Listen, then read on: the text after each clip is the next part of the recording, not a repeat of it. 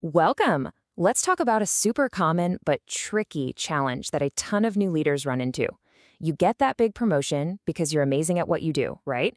But then, suddenly, you realize the very things that made you a star are actually holding you back. So let me ask you this. Are your greatest strengths holding you back? It's kind of a wild thought, isn't it? I mean, think about your own career for a second. The skills that made you an incredible specialist or a great manager, well, they might just be the complete opposite of what you need to be a truly great executive. Let's explore this paradox, because it's a big one. All right, to really get into this, I want you to meet someone. This is Deepa. She is sharp, she's super driven, and she just landed a huge promotion to Vice President of Marketing. But here's the twist. She's also kind of a victim of her own excellence. She was just so good at her old job that, well, she couldn't seem to let it go. And to give you a sense of the sheer pressure she's under, just look at this number. We're talking 800 cores in annual revenue responsibility. That's about 100 million US dollars. Plus, she's got a team of 68 people looking to her. I mean, the stakes are just incredibly high here. The scale of this job is massive. So what happened? Well, everything started to move through her. Literally everything. And you know what that means? She was drowning. She became the bottleneck, the single point of failure for the whole team. Every decision, from huge campaign budgets all the way down to, which meeting room to book, it all had to cross her desk. She was pulling 14-hour days just trying to stay afloat.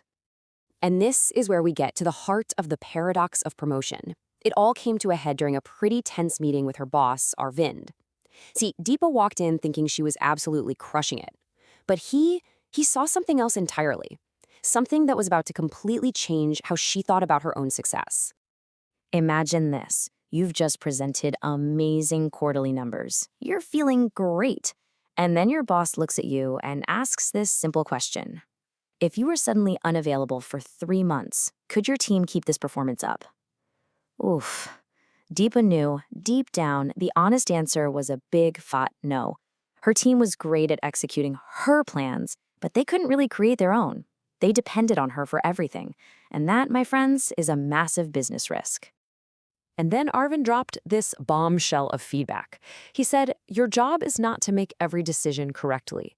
Your job is to build an organization that makes good decisions when you are not there. Right now, you're succeeding at the wrong job.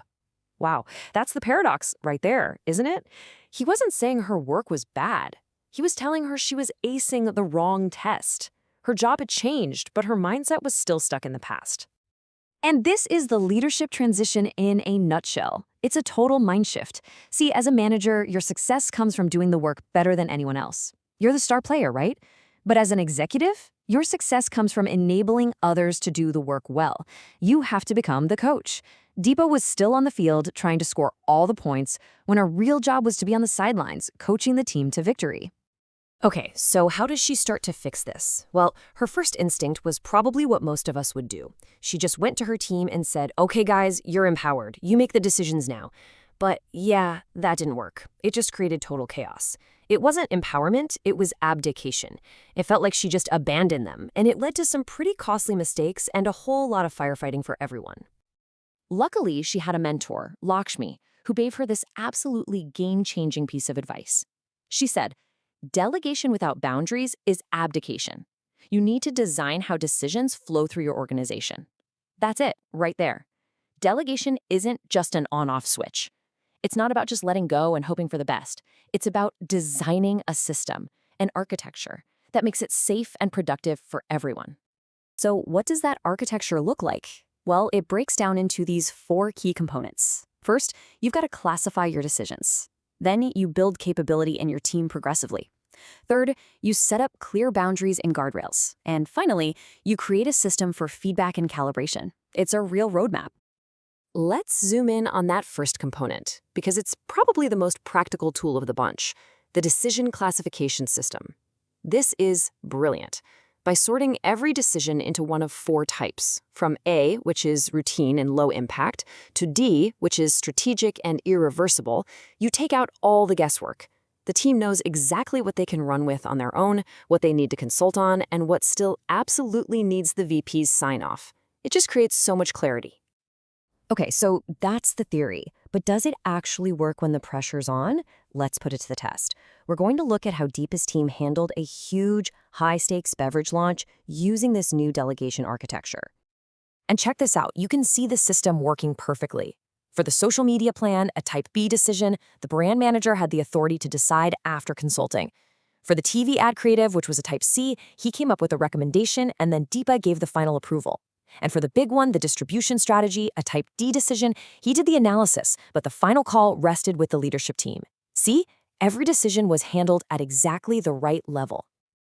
And the result? It was what you'd call a triple win. First, the launch was a huge success. Awesome. Second, Deepa got her life back. No more 14-hour days. And maybe most importantly, her team grew. They weren't just followers anymore. They were developing their own judgment and learning to make smarter decisions. That's a huge win.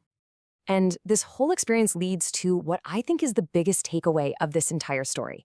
It's a really profound shift in how we think about what a leader is actually accountable for. So let's look at this new view of accountability. The old way of thinking is, I am accountable for the outcome of every single decision. That's just paralyzing, right? It means you can never really let go. But the new view is, I am accountable for my organization's ability to make good decisions. See the difference? It's liberating. Your number one job becomes building a capable system, a capable team. Delegation is no longer a nice to have. It's absolutely essential. And that's the beautiful, elegant solution to the paradox we started with.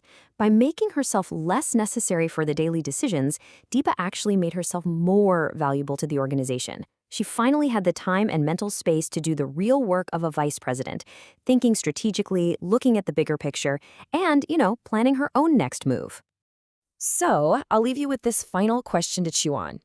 Your team can execute reliably. That's fantastic. But can they innovate? Can they push boundaries?